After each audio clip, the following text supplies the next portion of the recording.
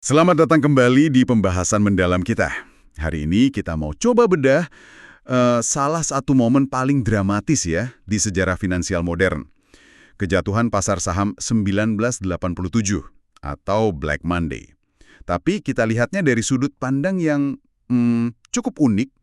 Kita akan pakai kacamata seorang George Soros, investor legendaris itu, lewat apa yang dia tulis di bab 20 bukunya, The Alchemy of Finance. Betul. Yang bikin ini spesial, ini kan pandangan Soros sendiri ya, ditulis setelah kejadian.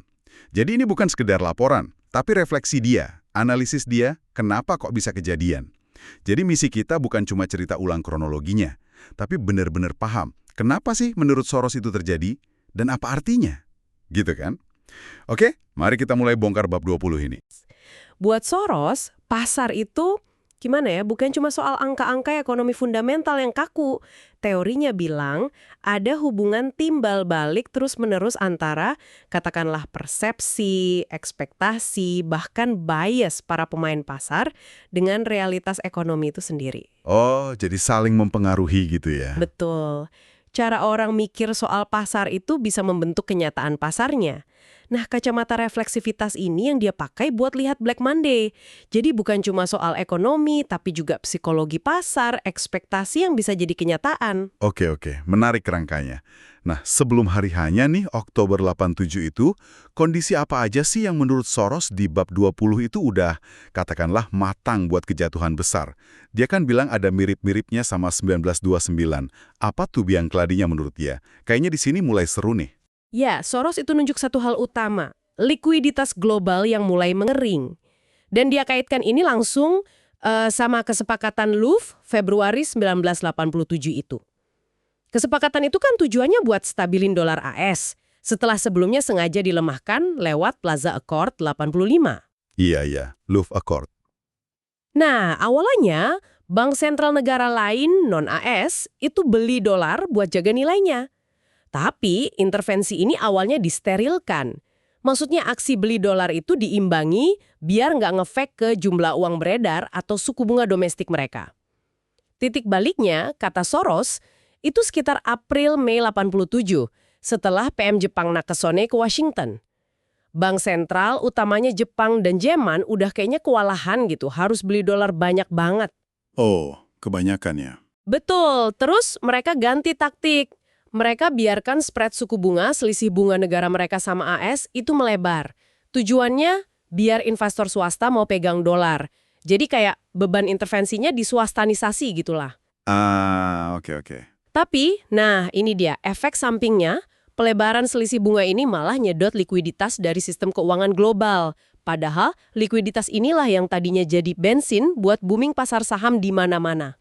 Wah, jadi niatnya baik ya, mau stabilin dolar, malah secara nggak langsung bikin kondisi rawan buat pasar saham global karena likuiditasnya kesedot. Ini pas banget dong sama konsep refleksivitas Soros tadi. Iya, bisa dibilang gitu. Aksi buat stabilisasi dolar memicu reaksi tak terduga, yaitu pengurangan likuiditas, yang lalu mengubah kondisi fundamental pasar saham. Jadi ironis memang. Ironis banget. Terus setelah kondisi ini terbentuk nih, ada nggak kejadian spesifik yang menurut Soros di bab 20 itu jadi kayak percikan apinya gitu, yang memulai rentetan kejatuhannya? Ada. Soros menyorot satu peristiwa yang mungkin nggak banyak jadi fokus utama saat itu. Ambruknya pasar obligasi Jepang di bulan September 1987. Dia cerita ada posisi spekulatif gede banget di kontrak futures obligasi pemerintah Jepang yang jatuh tempo September. Nah, ternyata posisi ini susah banget dijual, susah dilikuidasi. Waduh. Karena panik, pelaku pasar melakukan hedging, lindung nilai. Tapi aksi ini malah bikin harga kontrak futures yang jatuh tempo Desember ikut anjlok. Hasilnya, imbal hasil atau yield obligasi acuan Jepang yang kupon #89 itu melonjak tajam sampai nembus level psikologis 6%. Wah, 6% ya, tinggi itu untuk obligasi pemerintah waktu itu. Banget. Nah, yang menarik di sini, Soros sendiri awalnya ngira guncangan di pasar obligasi Jepang ini bakal langsung nular ke pasar saham Jepang yang dianggap udah kemahalan banget, overvalued. Logis ya harusnya. Logis, tapi tebakannya meleset. Ternyata, duit spekulatif yang keluar dari obligasi itu malah lari ke pasar saham Jepang. Mungkin ya buat nutupin rugi mereka di obligasi. Ini nunjukin betapa pasar itu bisa liar dan nggak terduga. Wow, ini contoh bagus ya. Pasar bisa bikin bingung, bahkan seorang Soros pun bisa salah tebak arah aliran dana. Nah kalau gitu, apa dong pemicu pamungkasnya menurut Soros? Yang akhirnya bikin pasar saham AS terjun bebas itu. Nah, di sini Soros nunjuk satu artikel di New York Times, terbitnya pas hari Minggu sebelum Black Monday. Artikel itu ngutip pejabat Departemen Keuangan AS yang, secara terbuka bilang pengen dolar AS turun lagi nilainya. Dan secara nggak langsung nyalahin Jerman gitu, karena Jerman nggak mau turunin suku bunga kalau sampai pasar saham global ambruk. Waduh, di tengah situasi yang udah tegang gitu ya. Iya. Menurut Soros, komentar pejabat ini fatal banget, kayak nyiram bensin ke api yang udah mulai nyala. Pernyataan itu langsung memperburuk ketidakpastian dan sentimen negatif yang udah numpuk sebelumnya. Kan udah ada isu likuiditas global, terus guncangan dari obligasi Jepang tadi. Bener-bener timing yang buruk, seolah ngasih lampu hijau buat panik massal ya. Jadi setelah artikel itu keluar, apa dampaknya langsung? Dampaknya yaitu Black Monday. Tanggal 19 Oktober 1987, indeks Dow Jones di Wall Street anjlok 508 poin sehari. Itu sekitar 22%. 22% sehari. Iya, persentase kejatuhan harian terbesar dalam sejarah Dow Jones. Lebih parah dari crash 1929 malah. Dan kepanikan ini nggak cuma di AS, langsung nyebar kayak virus ke pasar saham di seluruh dunia. London, Hong Kong, Sydney semua kena.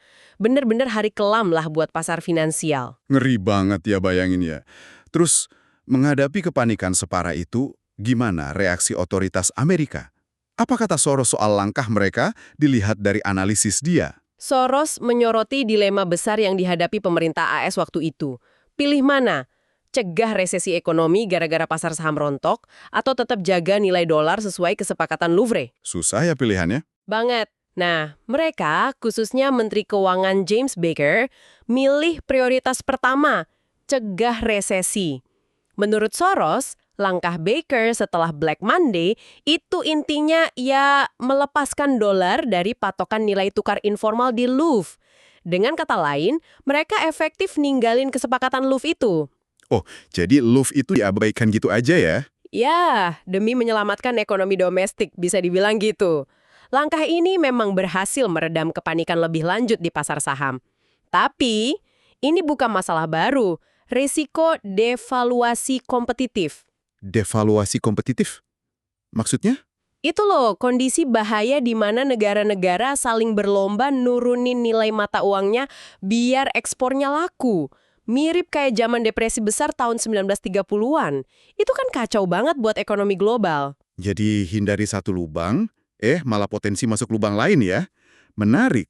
Terus pasar gimana responsnya terhadap perubahan arah kebijakan AS ini? Apa yang Soros amati? Soros nyatet ada pola yang cukup menarik ya setelah keputusan Baker itu. Dia lihat pasar saham global jadi cenderung ikut melemah tiap kali dolar AS melemah. Sebaliknya, pasar saham global cenderung naik kalau dolar AS juga naik. Oh, jadi kebalikannya dari biasanya ya? Justru itu, pesan dari pasar ini, kata Soros, jelas. Penurunan dolar lebih lanjut dianggap pasar itu buruk. Bakal ganggu stabilitas global. Nah, karena kayak ditegur pasar ini, otoritas AS akhirnya berhenti ngomongin perlunya dolar yang lebih rendah. Mereka malah coba bangun lagi semacam kesepakatan Louvre, walaupun ya, kredibilitas kerjasama model Louvre ini udah telanjur jatuh akibat crash dan respons AS tadi. Oke, paham. Nah, setelah semua drama itu sedikit reda, kita sampai ke bagian analisisnya nih. Jadi, apa artinya semua ini? Gitu kan? Apa sih pelajaran paling penting atau kesimpulan utama yang ditarik Soros dari kejatuhan 87 ini? Terutama dari kacamata teori refleksivitasnya itu. Apa makna mendalamnya menurut bab 20? Soros ngasih beberapa kesimpulan fundamental di bab itu yang dampaknya jauh banget, nggak cuma soal pasar saham.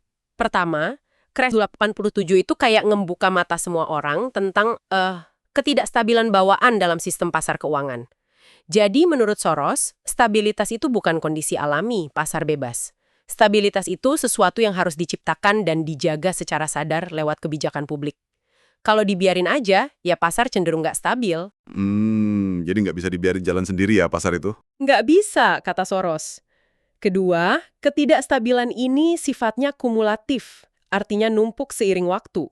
Makin lama pasar dibiarin tanpa aturan yang pas atau intervensi saat genting, ketidakseimbangan itu makin besar.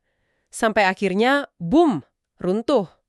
Regulasi yang ada saat itu jelas gagal mencegah ini. Ini contoh nyata teori refleksivitasnya dia. Tren yang kebablasan akhirnya memicu kehancurannya sendiri. Oke, kumulatif ya. Makin lama makin bahaya. Terus apa lagi? Ketiga, nah ini poin krusial banget dalam analisis Soros pasca 87. Crash ini nandain pergeseran kekuatan ekonomi dan finansial global yang signifikan ke Jepang. Dia nunjukin gimana masalah di pasar obligasi Jepang bisa ikut memicu kejatuhan di AS. Tapi hebatnya, Jepang sendiri berhasil nahan pasar sahamnya biar nggak ikut ambruk total. Iya juga ya. Lebih jauh lagi, fakta bahwa AS harus ngorbanin nilai dolarnya demi nyelamatin pasar saham domestik, itu nunjukin betapa Jepang waktu itu udah efektif jadi bankir dunia. Jepang yang danain defisit AS punya pengaruh besar buat jaga atau ganggu stabilitas sistem global. Wah, ini pergeseran kekuatan yang besar sekali ya implikasinya. Besar. Dan ini nyambung ke poin keempat. Sebagai buntut dari poin ketiga itu, Soros sampai pada kesimpulan yang cukup radikal waktu itu. Dolar AS udah nggak lagi memenuhi syarat jadi satu-satunya mata uang cadangan internasional utama. Crash 87 bikin pertanyaan besar.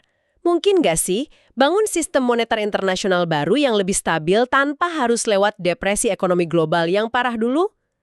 Ini pertanyaan yang bikin gelisah banget di akhir 1987. Pandangan yang tajam banget dan terus terang agak suram ya soal posisi Amerika saat itu.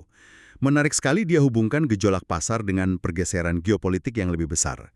Tadi disinggung soal Jepang, Soros juga sempat curiga ada agenda tersembunyi Jepang gitu. Ya, dia memang berspekulasi sedikit di bab 20 itu soal motivasi Jepang. Dia lihat kebijakan Jepang yang dorong rakyatnya nabung gila-gilaan, terus ekspor modal besar-besaran ke luar negeri. Meskipun investasi itu bisa rugi kalau dihitung dalam yen, karena yen terus menguat, itu bukan sekedar kebijakan ekonomi biasa. Terus apa dong? Dia lihatnya sebagai resep strategis Jepang buat ngumpulin kekayaan dan kekuatan global jangka panjang. Soros bahkan curiga elit pengambil kebijakan di Jepang mungkin secara sadar tega gitu, biarin investor domestik mereka rugi sesekali. Dia kasih contoh penjualan saham pemerintah Jepang yang harganya jelas kemahalan demi tujuan yang lebih besar, ngembalin kejayaan Jepang di panggung dunia. Ini bagian dari analisis refleksifnya dia, bagaimana persepsi soal tujuan jangka panjang bisa pengaruhi kebijakan real. Benar-benar analisis berlapis ya. Jauh dia melihatnya, di balik angka pasar. Nah, setelah crash terjadi dan analisis mendalam ini dibuat, kira-kira jalan ke depan kayak apa yang Soros lihat buat Amerika Serikat dan tatanan global? Ini pandangannya di akhir 87 ya tentu saja. Di akhir bab 20 itu, Soros kasih 3 kemungkinan skenario atau jalur yang bisa dihadapi AS setelah crash 87. Skenario pertama, dia sebut jalur penurunan ala Inggris. Maksudnya, AS pelan-pelan kehilangan dominasi ekonominya, kayak Inggris sebelumnya. Ini bahaya, karena kalau ekonomi sebesar AS turun pengaruhnya, sementara dolar masih jadi pusat sistem finansial global, bisa bikin guncangan ekonomi dunia yang parah. Oke, itu yang pertama. Yang kedua? Kedua, proteksionisme. Meskipun Soros merasa di era ekonomi yang makin nyambung ini proteksionisme udah nggak relevan, dia khawatir sentimen anti perdagangan bebas bisa menguat di AS sebagai reaksi masalah ekonomi. Kalau ini terjadi, dampaknya bisa rusak banget ke hubungan dagang dan politik internasional. Dan yang ketiga, yang dia harapkan? Yang ketiga, dan ini yang dia harapkan dan anjurkan, adalah Amerika menegaskan kembali kepemimpinannya. Tapi syaratnya berat. AS harus berbenah diri serius di dalam negeri, terutama soal fiskal, atasi defisit anggarannya. Sekaligus AS harus proaktif pimpin pembentukan tatanan keuangan internasional yang baru. Tatanan baru ini harus punya mekanisme buat bikin mata uang internasional yang lebih stabil. Dan yang penting harus mencerminkan realitas dunia baru, di mana kekuatan ekonomi nggak lagi cuma di AS, tapi udah lebih nyebar, terutama ke Jepang dan Jerman waktu itu. Jadi bukan cuma nambal yang lama ya? Betul. Soros sangat menekankan, sekedar coba nambal-nambal kesepakatan Louvre, itu nggak akan berhasil. Kredibilitasnya udah hancur. Dan mungkin fundamentalnya nilai dolar yang coba dipertahankan memang udah salah dari awal, nggak sesuai lagi sama kondisi real.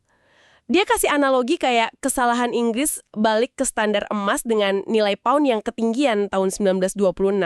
Jadi kata Soros, bukan tambal sulam, tapi sistem yang benar-benar baru. Pembahasan yang benar-benar kaya dan dalam ya dari bab 20 buku Soros ini.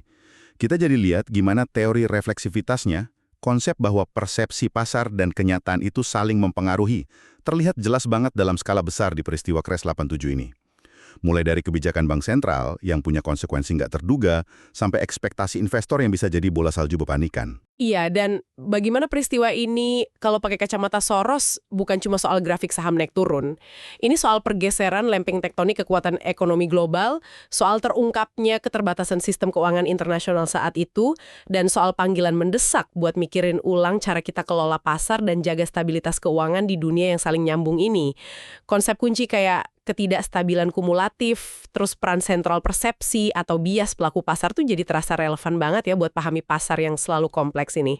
Analisis Soros dari tahun 1987 ini memang kasih perspektif unik dan maksa kita mikir ya. Nah, sebagai penutup nih, ada pertanyaan buat Anda renungkan. Kalau kita lihat dari kacamata hari ini, tahun 2025, menurut Anda seberapa tepat sih analisis Soros waktu itu tentang pergeseran kekuatan global setelah crash 87? Apa prediksinya soal Jupan atau peran dolar terbukti? Dan yang mungkin lebih penting, apakah pelajaran dari Soros tentang refleksivitas, tentang bias pasar, tentang potensi ketidakstabilan yang memang ada dalam sistem, yang dia tulis lebih dari 35 tahun lalu, masih terasa relevan dan bergema kuat dalam dinamika pasar yang kita hadapi sekarang? Coba direnungkan. Terima kasih sudah menyimak pembahasan mendalam kita kali ini. Sampai ketemu lagi di kesempatan berikutnya.